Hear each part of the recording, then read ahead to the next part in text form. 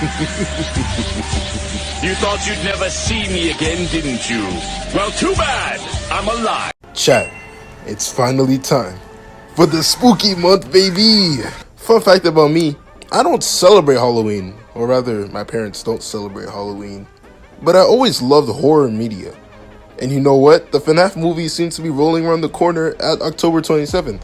What better time to talk about it than now? And since this is an anime channel, I'ma add One Piece into the mix since you know it is the greatest anime of all time. Comment down below if you got any competition, but let's be real, there's no contest.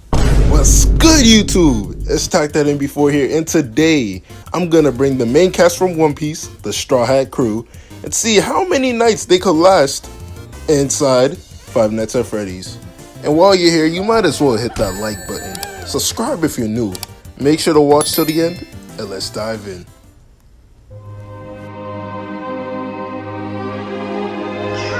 Here are all the rules. I gotta set some rules, of course, before I just dump these guys inside Five Nights at Freddy's, because they're overpowered as shit. Rule number 1, no leaving the pizzeria. Yes, I'm talking to you, Zoro. But for real though, I should not have to say this, but like, there should be no, oh, this character could just break down the door. They could break open the pizzeria and leave, because that defeats the whole purpose of the video. Like, come on now. Rule number 2, there is going to be a mega nerf incoming. What do I mean by that? It's that all the Straw Hats' humongous attack feats that we've gone over this series is going to be nerfed to the power of the Night Guard, which is like a normal human. But that also depends on the race of the Straw Hat. This way, there isn't some this character could just one-shot any animatronic scenario. Because in this scenario, we want to see them use their skills and tactics to survive their enemies. That would actually make it fun. And rule number 3, no haki. Now I know some people in the comments will be mad at this rule, but hear me out. Throughout the One Piece series, we've seen conquerors haki work on multiple sentient races, like humans, animals, giants, etc. But nothing on the soul level. What do I mean by this? Well, since these animatronics don't have flesh and function purely on remnants, which in the FNAF series is basically just soul, there's no guarantee that Conqueror's haki will work on that. So I'll give them observation haki, since you know that's basically just better sight. But that's it, nothing else, just to make it fair. Now without a further ado, let's get into it.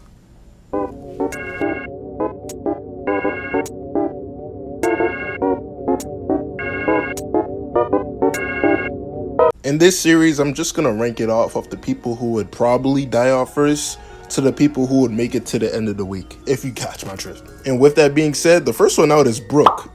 Sadly, since, I mean, he already is dead, yo. But yeah, he's not making it out. And initially, when I was making this, I was like, Brooke definitely is not gonna be out first. Like, of course he got ice powers and stuff like that, and he's really fast. He really can't die off that quick. But then I thought to myself, Brooke is dead. Like, I know he has to revive a rival fruit, but if you put Brooke in the Night Guard shoes, like you bring his body over to the Night Guard shoes, he is dead automatically, because that's a human being, bro. They can't use any of Brooke's powers and all like that. It's up. Brooke, you my guy and all, but like transferring you to worlds that's not One Piece, it's just not gonna work, man. I'm sorry. So Brooke is obviously stopping at the first night. He's not even gonna get jump scared. He's just gonna die, like off rip, sadly. Michael! Don't leave me here! My house! My God! Help me! And next up after Brooke is the Captain Monkey D. Luffy. Who the hell is Monkey D. Luffy? Now I know the majority of people will be confused at this order, right? And I was too, don't get me wrong. But you just gotta sit back, relax, and then think to yourself, like, was Luffy ever smart using his powers? And if you put Luffy in this Night Guard scenario, right, where you have to be extremely tactical, fully aware, right, and you gotta make sure that you follow this certain sets of rules, you really think Luffy's going to do that? You give Luffy a plan, he's going to break that plan immediately, okay?